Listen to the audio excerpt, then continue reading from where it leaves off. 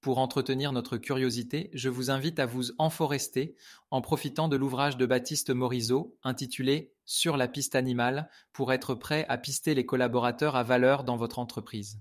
S'enforester n'exige pas une forêt au sens strict, mais simplement un autre rapport au territoire vivant. Le double mouvement de les arpenter autrement, en se branchant à eux par d'autres formes d'attention et de pratique, et de se laisser coloniser par eux, se laisser investir, les laisser emménager dedans, précise Baptiste Morisot.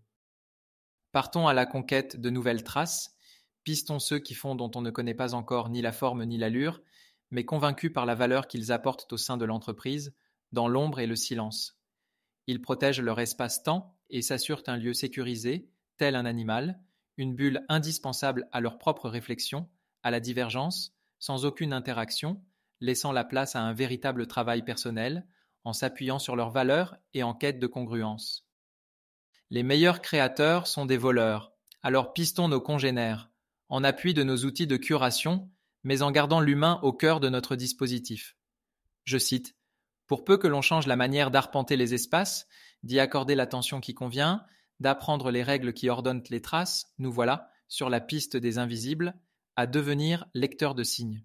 Ce que nous apprend l'art du pistage, c'est à ne pas perdre ce qu'on ne possède pas. » Dans ces conditions, tel un chat qui arpente le rebord du toit, sans se soucier de la chute et près du vide, nous pourrions envisager de fréquenter nous aussi ces lignes adjacentes en défiant notre peur, pour expérimenter de nouveaux contextes, de nouvelles sensations, la découverte de nouveaux angles, de nouveaux comment. Expérimenter reste bien trop souvent engoncé dans un espace-temps dédié.